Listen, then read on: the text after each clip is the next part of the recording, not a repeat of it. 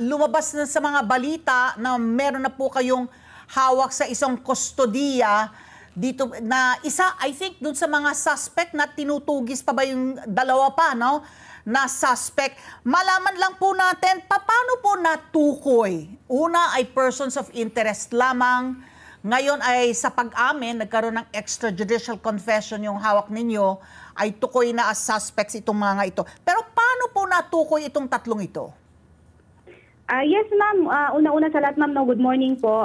Una po, ma'am, gusto lang po muna natin i-clarify, ma'am, no, na tama po yun, ma'am. Meron po tayong persons of interest.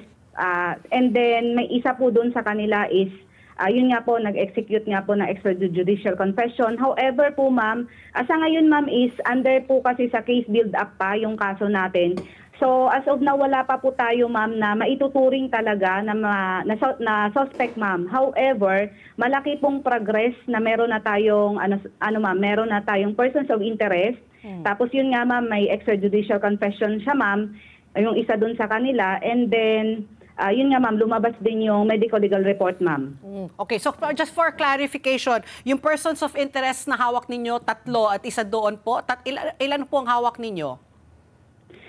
Actually, ma'am, wala po tayong hawak, ma'am, no, na persons of interest. Kasi yung mga persons of interest po kasi, ma'am, is sila yung possible na may alam o may kinalaman o nakakita ng, ma'am, ng insidente, ma'am. So sa ngayon po, persons of interest pa po sila, hindi pa natin sila natutukoy talaga as suspect. So wala po tayong grounds para i-hold sila sa custody ng Malay Police Station. Pero po, ang mga personalities po na ito is tinututukan po natin. And then malaki po yung tulong nila sa natin, ma'am, sa investigation. Actually, ma'am, malaki na po, mahaba-haba na rin po yung progress ng investigation natin ngayon, ma'am. Parang naguluhan ako. Ako rin nga eh. So parang umamin pero yung person of interest pa rin. Pero yung nagbigay ng confession, extrajudicial confession, hawak ninyo? O hindi rin? Hindi, ma'am. Hindi rin? Hindi rin, ma'am. Kasi, ma'am, ganito po yun, ma'am.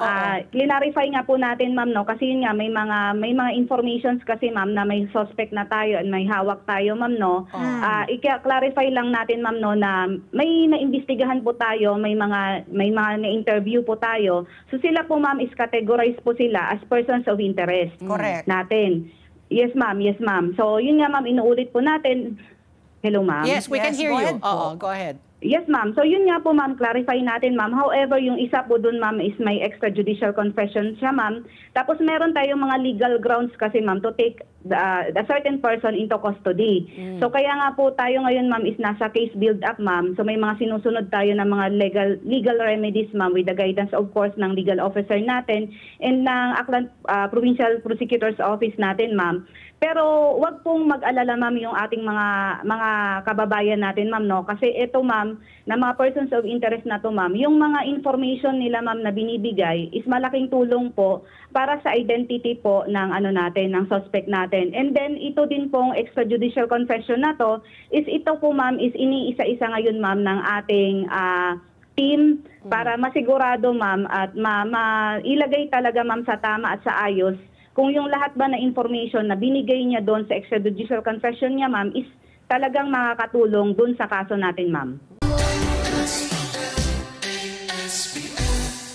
Let's get together. Sunday 25. Sunday 25.